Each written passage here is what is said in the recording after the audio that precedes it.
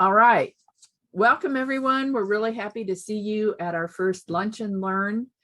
We are here to introduce Save the Heart of the City, which is a citizens initiative to preserve the Little Arkansas River, the legacy parks, and riverside neighborhoods. The reason for organizing now is to get ahead of the decisions that are being made and will be made. The initiative will enlist the help of neighbors and Wichita parkgoers with the force of a unified message. Legally, citizens have no way to stop this, but we are hoping Evergy will listen to a groundswell of opposition from across the city. State Representative John Carmichael, District 92, serves on the Kansas Energy, Utilities, and Telecommunications Committee in the Kansas House of Representatives. He is working closely with the Little Arkansas Community Coalition to save the heart of the city. He brought the Evergy expansion plan to our attention and continues to be responsive to our needs. And he's been very accessible, helping us plan and strategize how to approach this. We are equally grateful for local level city council member Maggie Ballard, who, by the way, grew up in Riverside. She opened a business in the historic bidding district and has already taken the initiative to meet with Don Sherman, Evergy's communications director. Hello, everyone. You might be wondering, what can we do? Well, what we can do is work with Evergy before their engineers and designers spend serious time and money designing above-ground power poles through the parks and across our river. We can also gather data on low-income neighborhoods versus wealthier neighborhoods that are typically exploited by commercial and industrial development. We know that $2 million is being spent to underground 2 miles of power lines in West Wichita, and we should expect the heart of the city to receive the same treatment. We are also starting early because we must understand what is involved as much as lay people can while communicating the value of legacy parks and the river corridor to all Wichitans. We know that low-income areas and areas that do not generate tangible income are often targeted for industrial development. We need all of you to study the issue and continue gathering alternatives to Evergy's 70 to 100 foot poles. There is a precedent for undergrounding, mostly in other cities, but it has started happening here with smaller cables, like the area between Shady Way and 12th Street. And also 2.1 miles of undergrounding is planned for the new water treatment out west. We need liaisons between these agencies and our Save the Heart of the City initiative. We need to write letters to the State Historical Preservation Office. We need to write to the National Environmental Protection Agency and to the National Register of Historic Places. Something else we offer is a study guide on our online library. All you have to do is go to facebook.com/groups/make-waves. You can also get there from our Little Arkansas Community Coalition page and click the button that says Visit Group. Once you're there, hit the Join Group button and we'll approve your membership. While you're there, find the File tab and choose a file. New files will be added frequently, so check back often. This slide shows a list of all of the files that are in the library. If you scroll around, you'll find one that's really interesting about Shawnee Mission, Kansas, and the city council there who granted KP&L, which is a subdivision of Evergy, and they decided they were not going to have any more overhead lines there. So we're hoping to look for some grant money like that too. Evergy, by right, can install 70 to 100 foot power poles in residential areas. They have a contract with the city that exempts them from the Unified Building Code when it comes to power poles and power lines. This means in most areas, including Riverside, the poles can be up to 100 feet tall. Evergy is not required to apply for an application to set or repair poles as long as they go along the same route. You may have heard that the new law or the new bill, HB 2583, will make sure that the same thing that happened in Northeast Wichita won't happen again.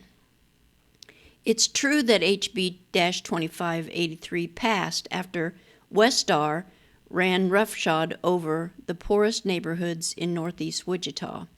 Westar, by the way, has been changed to the name Evergy. The bill only requires Evergy to notify landowners, not renters, who live near the poles. And the question is, who will be notified when the poles are placed in our parks or on the banks of the river?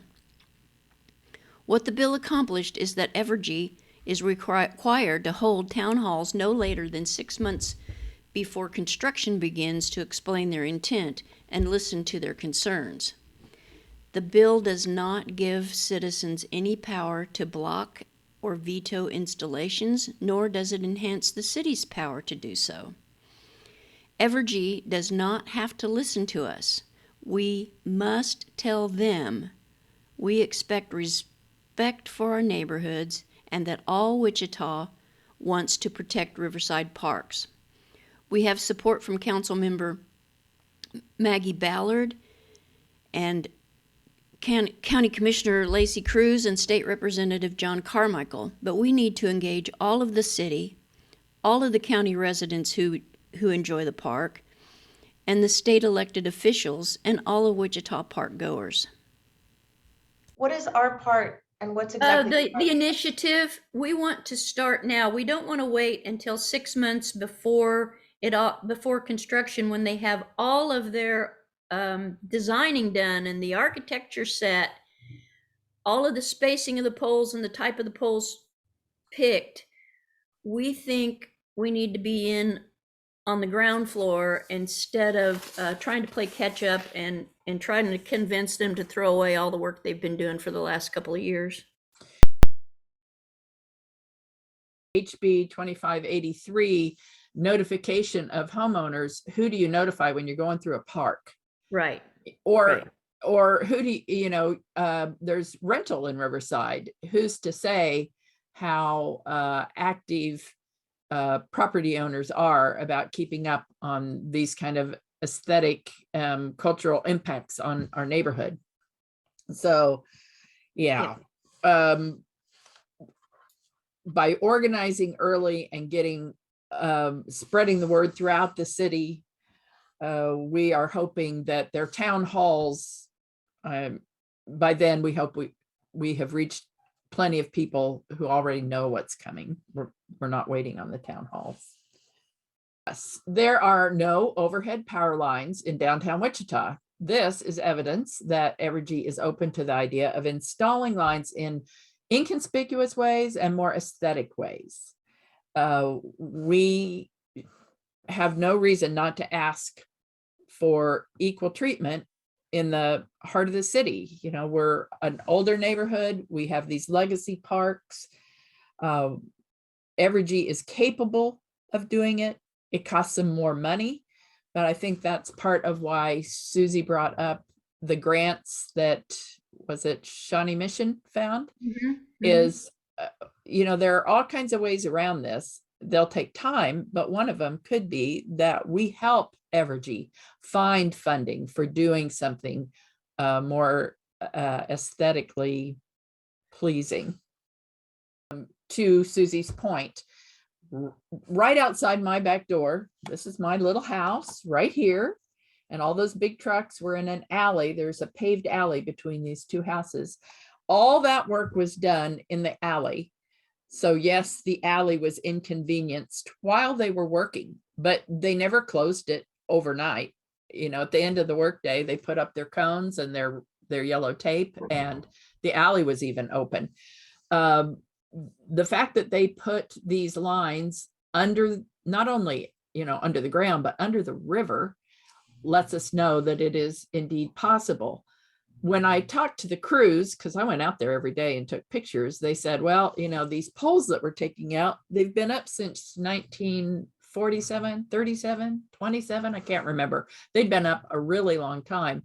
And they said, at this point, it's the wires holding up the poles, not the poles holding up the wires. And in fact, when if you go to that slideshow, there's a few little videos. One of the videos is when they pull the pole up, it just disintegrates. The whole inside of it looked like sawdust. There was just nothing to it.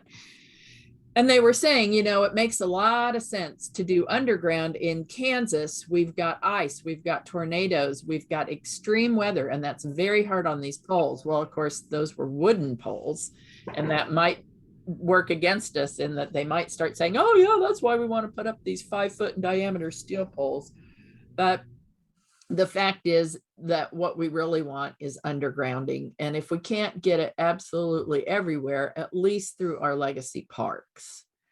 I also don't understand why, it costs more money and they have to get easements and permission and all that. But I would hope if we can't convince them to go underground, we could at least convince them to go through alleys instead of right out there on NIMS, right through the heart of the city. Right in the heart of the city. But, you drive down NIMS and you look to the right and the left and it's beautiful parks. And if you're looking to the right and the left and you're seeing 5-foot in diameter steel poles, it's going to totally change how you feel, how everyone feels about this part of Wichita. Is the historic Bidding Bridge, where the power lines are now underground and they're under the water without any damage, as Susie said earlier, to the trees, to the riverbank, to the streets weren't closed. It was a pretty seamless operation. So our question is it too much to ask Evergy to repeat this level of excellence throughout Riverside? And throughout the city. I should read more about this, but I know that there are whole cities that don't allow any above ground transmission lines. Carmel, California is one of them. You will not see an electric pole anywhere in the whole city. So obviously that would be a huge ask. And our goal is to ask something more reasonable, to educate ourselves, to know what we're asking for, and to work with Evergy. So this is back to Susie. We want to talk with all you guys about what we can do. And like she said, we've got a 2-year, well, we don't have a 2-year window, maybe a 1-year window before they get really active, that we would like to be working behind the scenes with anyone and everyone who is interested in helping us. Yeah, so, if you don't want to join a committee, you can take on a task. We're going to have a lot more activities and actions defined. And I think we want to ask you, what would you like? Should we continue with these Zoom meetings to learn more? We really want to hear from you. Yeah, and we want to have some walk-alongs so that you can see where things are going to go and what the impacts are going to be. We will need help with a grant writer if we're going to try and raise some money. We're not seeing this as a neighborhood problem. We're seeing this as a city problem. And if the city of Wichita were forward thinking, they'd realize that assets like a historic neighborhood with legacy parks and beautiful scenic views attracts people to Wichita, whether it's as a tourist destination or as a new place to reside. It's an asset that, why would we jeopardize it with these big, ugly 70 to 100 foot, 5-foot in diameter steel poles? Well, here we are at the last slide. We're going to be doing more of these Lunch and Learn meetings on Zoom. The next one will be answering the 17 questions that were asked by the public at the February DAB meeting. Evergy responded by putting out a brochure that had very little information in it and did not answer the specific questions that we asked. So we're going to attempt to answer those questions ourselves. The next one will be understanding neighborhood character and property values. And the reason we're doing that is because we can't rely on only historic and legacy aspects of our neighborhood. We have a culture here that we want to protect. It's green, and we like our wide open spaces and our scenic views and our skyscapes. The next one is going to be on undergrounding power lines, and specifically learning more about undergrounding transmission lines as opposed to distribution and service lines, which are smaller. It should be interesting, and we want you to all take advantage of the after discussion led by State Representative John Carmichael. We're going to call it Part 2. Watch for it on our YouTube channel, and thanks for coming.